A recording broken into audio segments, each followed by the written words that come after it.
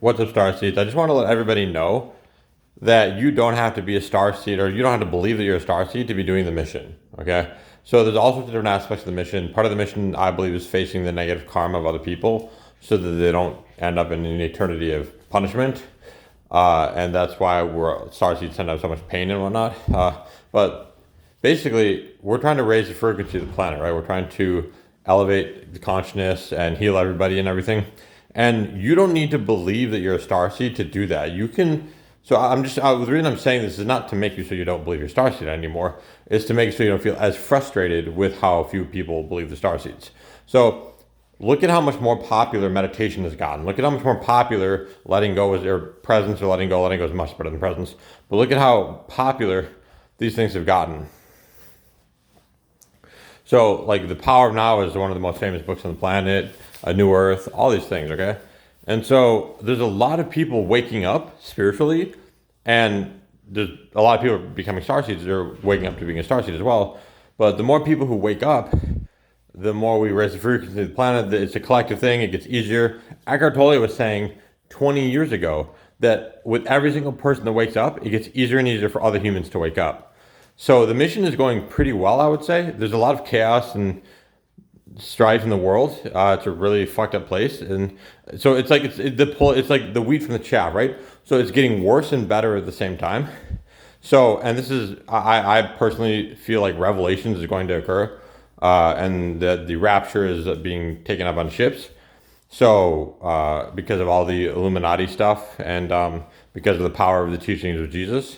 So basically, I just want people to know that, like, even Christians are doing like a decent job on the mission. Some of them, not a lot of them are not. A lot of them are hypocritical Christians and are fake Christians.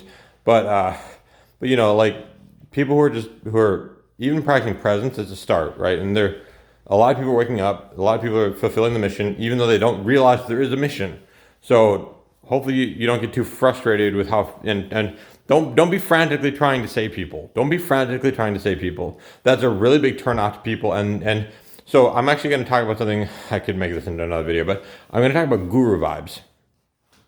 Okay. You get experience being a guru. You get experience being a teacher. You get experience helping other people wake up. You should practice it. You should try to wake people up. You might even want to go onto the streets and talk to people and try to wake people up on the streets. I'm the only person I've known. I'll fucking qualify myself. It is what it is, though. I'm the only person I've known who's ever done that. I literally would go out and I've talked to thousands of people about waking up. And because of that, I am improving my guru vibes. Okay, I'm not saying I'm a guru yet. I don't have too many followers here on YouTube. I don't have any followers here on YouTube, actually. But I'm just starting. But basically, when you get experience talking to people about this stuff, I'll tell a story. I was talking to this girl about meditation, and I told her the Buddha said, "Be where you are, otherwise you might miss out on your life." And she was like, "Oh, that's so good," and everything. Okay, she tells me she was. I'm not gonna go too much into what her issues were and stuff like that, because that's too personal, and I don't want, you don't know who she is, but I still don't want to say that. Okay, so she's told me, my brother is a yoga instructor, and he's been trying to get me into this stuff for years. But when you say it, I want to listen. When he says I don't want to listen, but when you say it, I want to listen. So I was like, wow, it's because I don't need you to change, And I didn't tell her this, but it's because I've tried to wake up thousands of people. I've tried to wake up thousands of people. And because of that, I'm getting all of the negativity, all of the ego gratification, the bullshit, like, oh, I changed them. Oh, I'm so great. I'm so wonderful. And all. And I'm not saying you can't feel good about it, but the thoughts, right? So we want to be mindful. We want to clear our thoughts, clear our mind. So so I've worked. So you try to convert people, and then you let go of the outcome. You let go of all the thoughts and the negative emotions associated with it, and then people are way more inclined to listen to you. And that's when you have guru vibes, and that's when you can become even more effective on the mission, reaching more and more people. Every time you make a video on YouTube about this stuff, I seriously recommend that all of you make videos on YouTube about this stuff. Every time you make a video about this on YouTube, you're putting an energy out there, and you need to meditate through it. So, and then you keep doing that, and then eventually you get more and more views. So you can disbelieve that, but if you made 50 YouTube videos about starseeds, and every single one of them got 0 views, would you be depressed? Would you be discouraged? If the answer is yes, that's why they don't get views. You need to let go of that and meditate through it. So action and YouTube videos aren't the only action that people can take. It can even be video games, like good video games. But do something that you are practicing letting go while you're doing it. And whether it's a skill or whatever, something you can share with the world.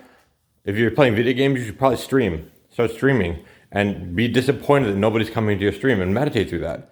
Because if you reduce the discouragement and also the like for me, I check my videos too much. I check my numbers too much. I check if people are watching my videos. I check it way too much, and that shows that I can't handle more views.